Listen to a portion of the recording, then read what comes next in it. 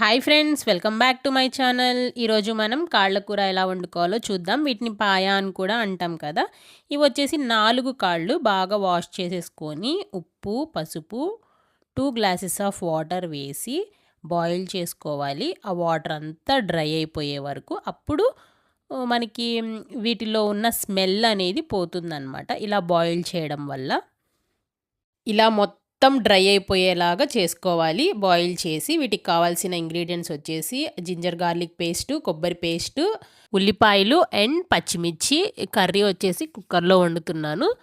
తగినంత ఆయిల్ తీసుకొని కట్ చేసి పెట్టుకున్న ఉల్లిపాయలు, పచ్చిమిర్చి, జింజర్ గార్లిక్ పేస్టు అండ్ కొబ్బరి పేస్టు వేసి దోరగా వేయించుకోవాలి.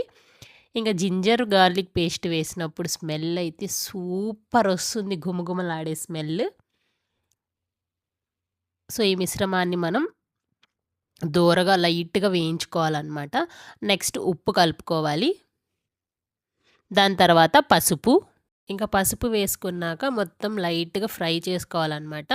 అడుగంటకుండా చూసుకోండి, కాలిపోకుండా దోరగా ఫ్రై చేసుకోవాలన్నమాట. దాని తర్వాత ఇప్పుడు మనం కారం యాడ్ చేసుకోవాలి. 3 టేబుల్ స్పూన్ ఆఫ్ కారం అయితే యాడ్ చేసుకుంటున్నాను.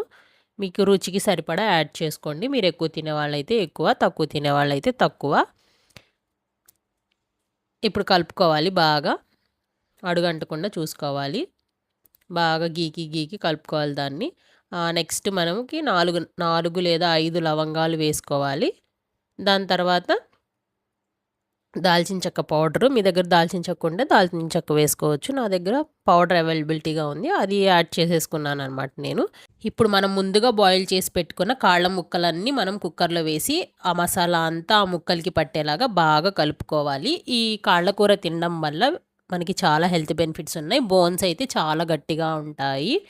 దీన్ని పాయా కర్రీ అని కూడా అంటామన్నమాట.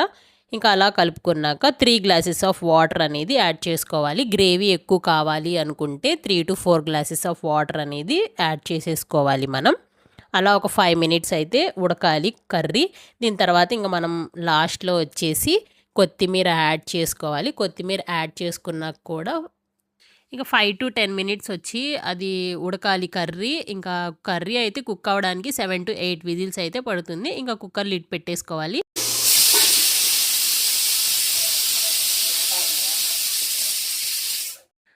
చూసేయండి కర్రీ ఎంత బాగా ఉడికిందో. కుక్కర్లో వండుకుంటే చాలా టేస్టీగా ఉంటుంది, ముక్క మెత్తగా ఉడుకుతుంది. ఈ కాళ్ళకూర అనేది గట్టిగా ఉంటుంది కాబట్టి కుక్కర్లోనే మెత్తగా ఉడుకుతుంది అనమాట. మీరు కూడా కుక్కర్లోనే వండుకోండి. ఇక మేమైతే ఈ పాయా కర్రీ అండ్ కాళ్ళ కూరని రోటీతో తిన్నామన్నమాట. మీరు కూడా తప్పకుండా ట్రై చేయండి. ఈ కర్రీ చాలా ఈజీ. రోటీల్లోకి అండ్ జొన్న రొట్టెల్లోకి, రాగి ముద్దల్లో తింటే చాలా బాగుంటుంది. వీడియో నచ్చితే సబ్స్క్రైబ్ చేయండి.